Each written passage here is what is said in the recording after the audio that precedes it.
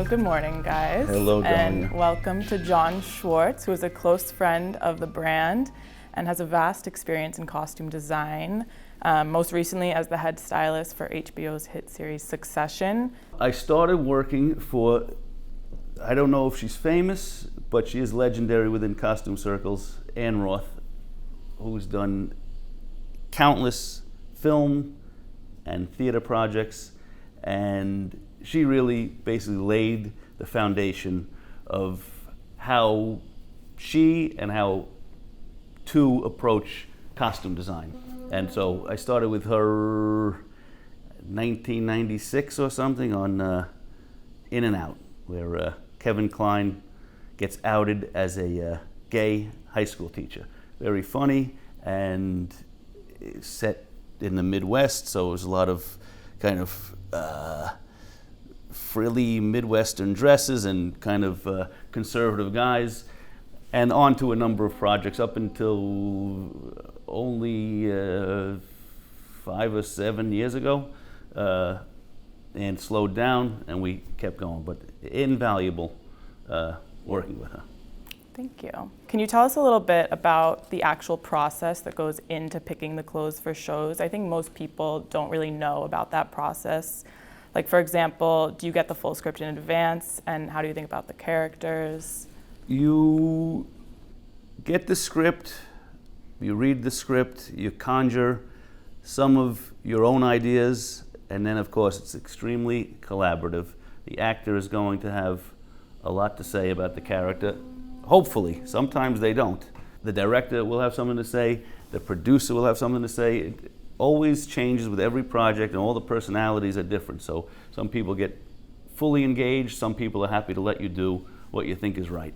So after you have those conversations and you arrive at the general look, feel for the character, you'll start to think about, are the costumes going to be shopped at a certain store, from a certain type of neighborhood? Are they going to be made? Are they going to be, if it's a period show, you probably have to rent things or swatch fabrics and get patterns and make things. So it depends. For a modern day project, you kind of internalize the character, think about where they might purchase their clothes, and slowly start building a closet of old and new. Often, if it feels right, we'll borrow something from our wives, our husbands, our own closet, if it feels like the right thing.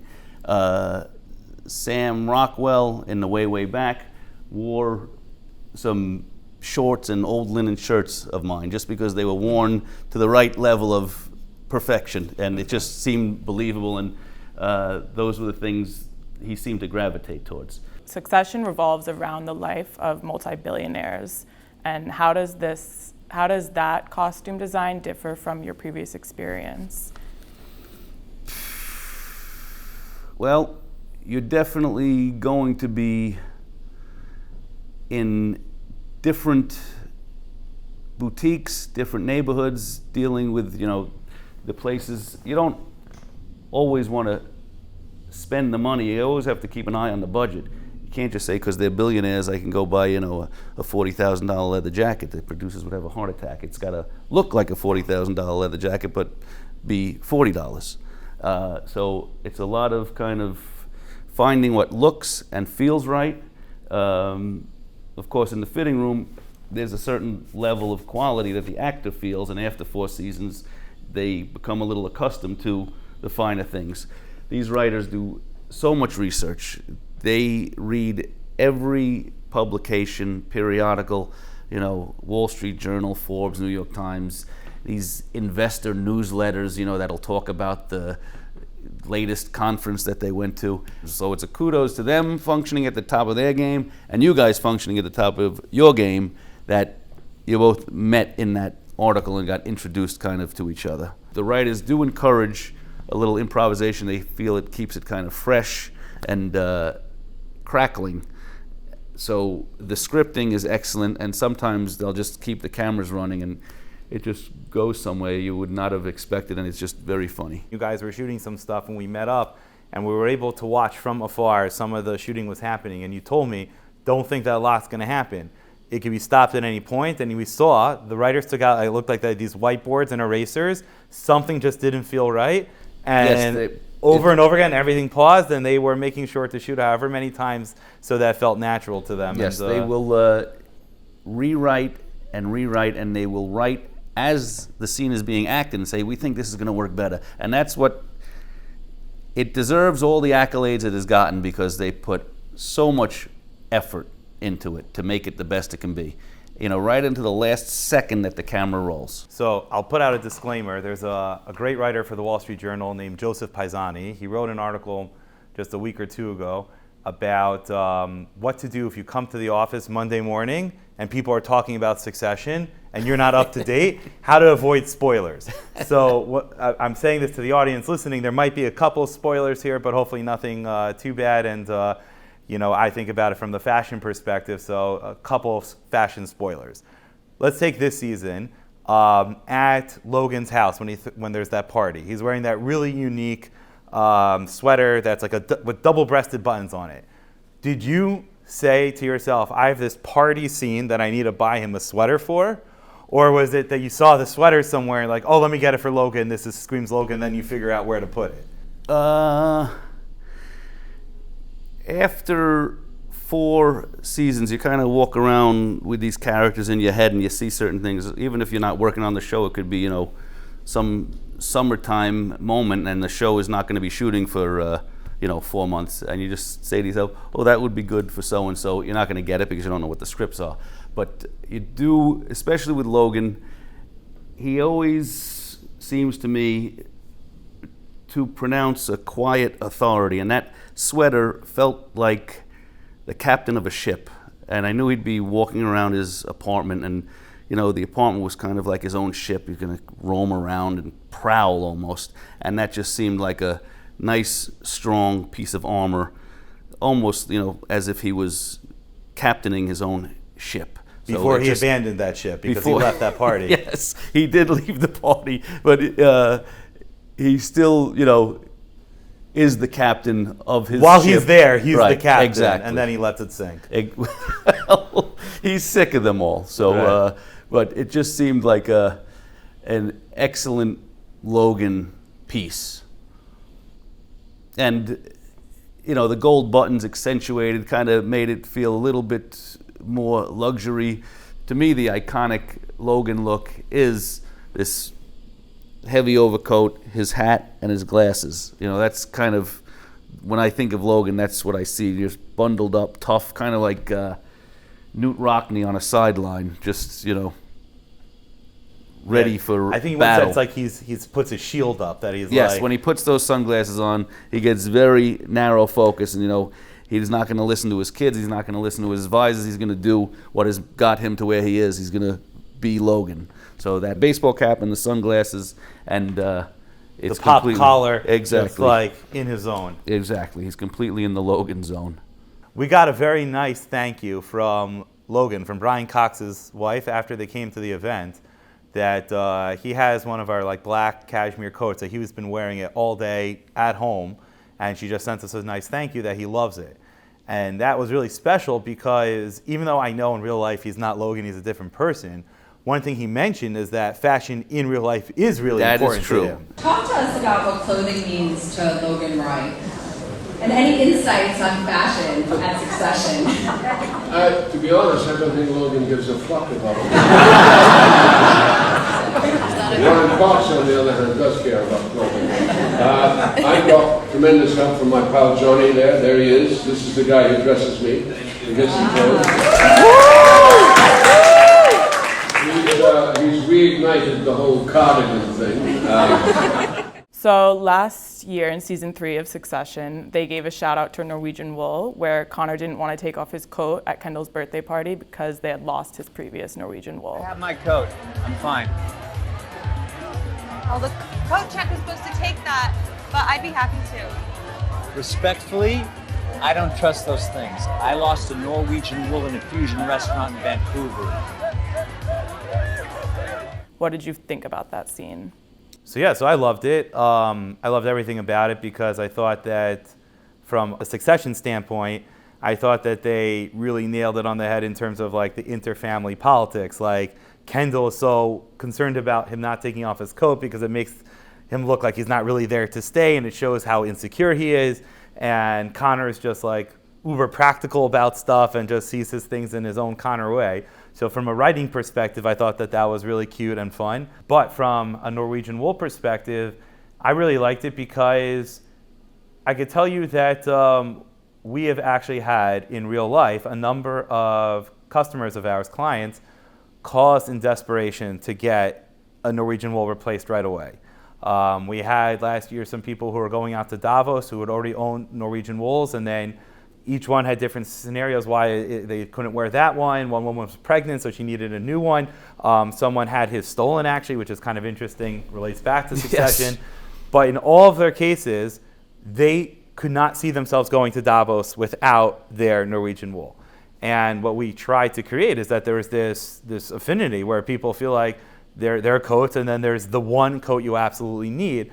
So, we really were like, yeah, Connor's telling the truth. It's just too valuable. It's not about the money. For them, they could easily replace it and go to a store and buy a new one the next day. It's just walking home that night, or, he doesn't want to go a few hours without that. So we love that scene because this idea of it being lost is just too much to bear. Right. That is the good sign of like a really, really important clothing article in your closet, that you're excited to wear it, but there's this element of fear that what happens if you lose it. That's the goal. Right. Sometimes I've left things at home even though I want to wear them, and like, I just don't feel like losing this tonight.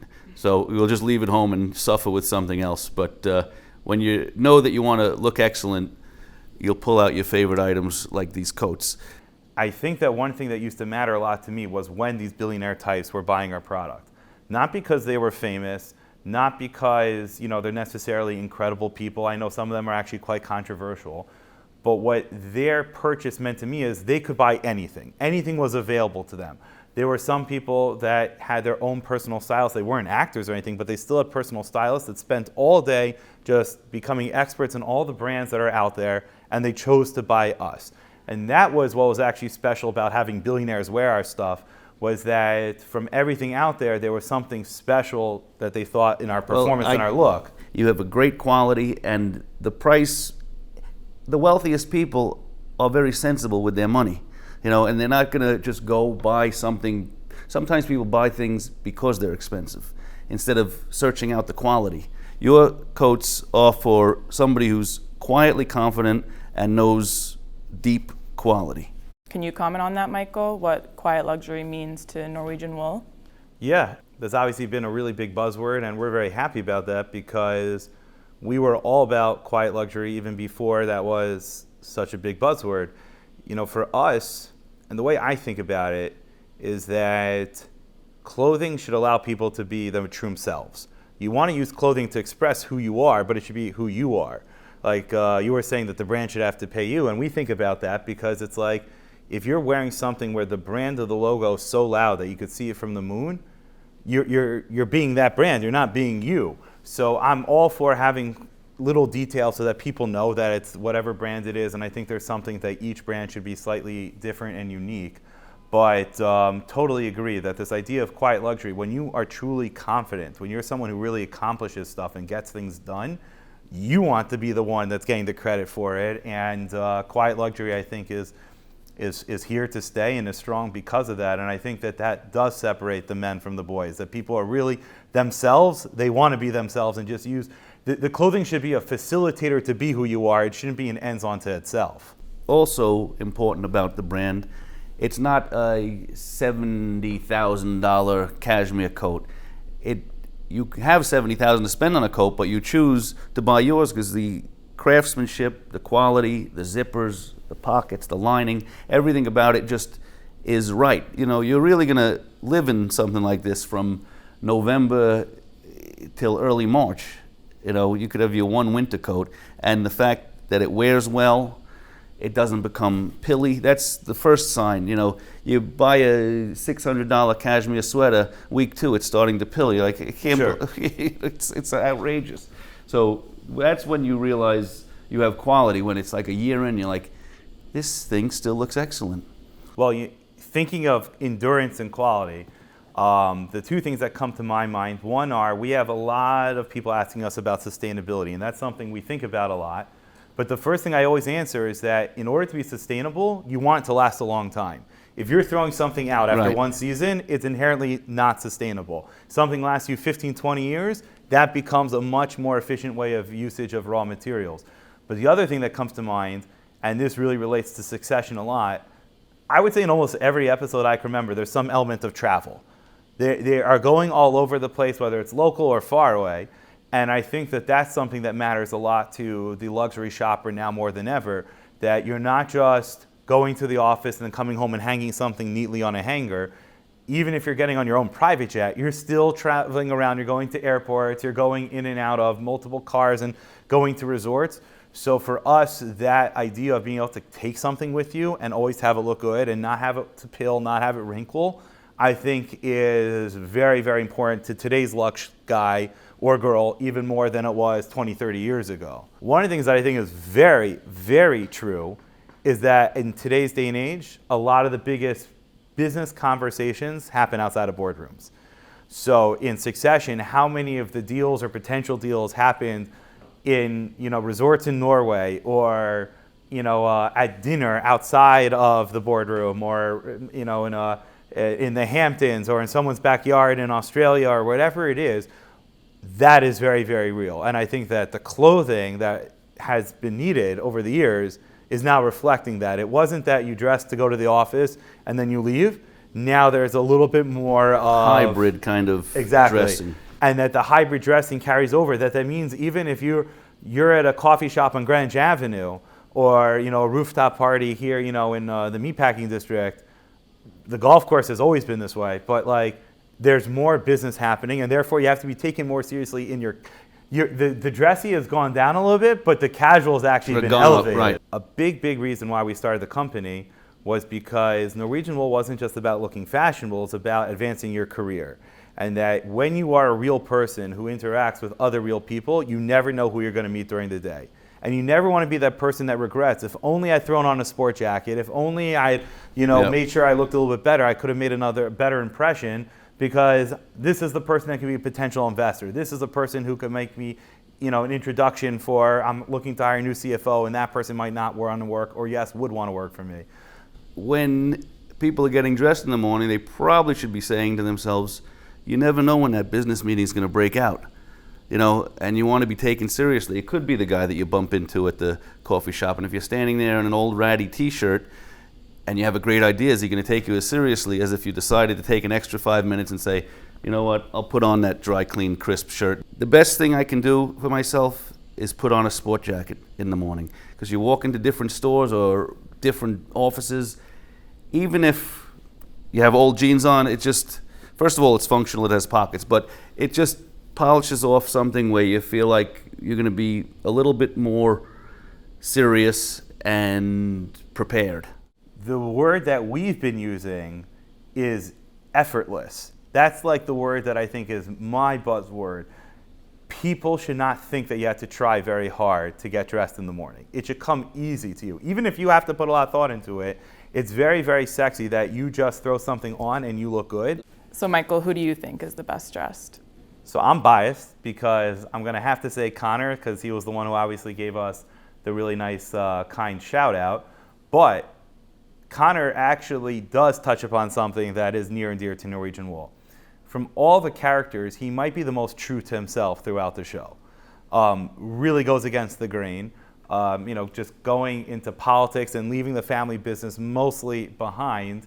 I think there is something about being fashion, again, being true to yourself and not worrying about what everyone else thinks. If he cared about what everyone else thinks, he wouldn't do 90% of the things that he does. That's true. In terms of who he marries, what profession, where he lives, everything, he really just marches to the beat of his own drum. I would also say, when you're talking about an arc, as he's supposed to be someone who's more in the limelight now, he is dressing quite well. I actually liked he had, most people can't pull off a three-piece suit without a tie. Oh, he can. He looked really good with that. He also looked great at his wedding in Italy, which I believe was also a three-piece suit. But yes, he is also a guy that can wear a suit very well. So I understand from a costume perspective, your aim is accuracy. But from just a nice clothing perspective, if you were like, okay, if they wanted to donate their clothes to me afterwards, you had mentioned once that Stewie gets to wear a lot of nice stuff. Stewie brings a lot to his costumes. He wears clothes extremely well. He just carries himself so gracefully. He's almost like a perfect 38 or a perfect 40 jacket. You kind of slide things on. You know when they say people are like a hanger, they just can put something on off the rack. So he happens to be blessed with grace and elegance that when he puts it on, especially a turtleneck and a blazer, and then you put the nice fabrics on, it's like you're looking at effortless beauty. Yeah. He also, I like his look because I personally like the blazered over turtleneck look. Mm-hmm. I just find ties sometimes can be just a little bit uncomfortable if you have to wear it all day. But if there's a lot open over here, especially in winter, I'm a big fan of staying warm in winter, as you could all imagine. So I like his look. I've seen him sporting a really nice, almost like a cashmere silk sport jacket over a really clean, elegant turtleneck. I think it's a great look. Well, and originally, as it was going back to getting backstory, we weren't sure who Stewie was, and Jesse was saying, well, he's a hedge fund guy, so he doesn't have to be a suit guy like the Roys. He could be a little bit, different. And Arian, who plays Stewie, insisted he didn't care what month of the year it was. He was going to wear loafers with no socks because that was Stewie. And that's kind of like a ball-busting hedge fund. I'm going to do what I want. I'm going to do what's going to make me happy. And it really kind of dictated this whole kind of elegance from the loafers up. And then when they do his hair and makeup, it all comes together.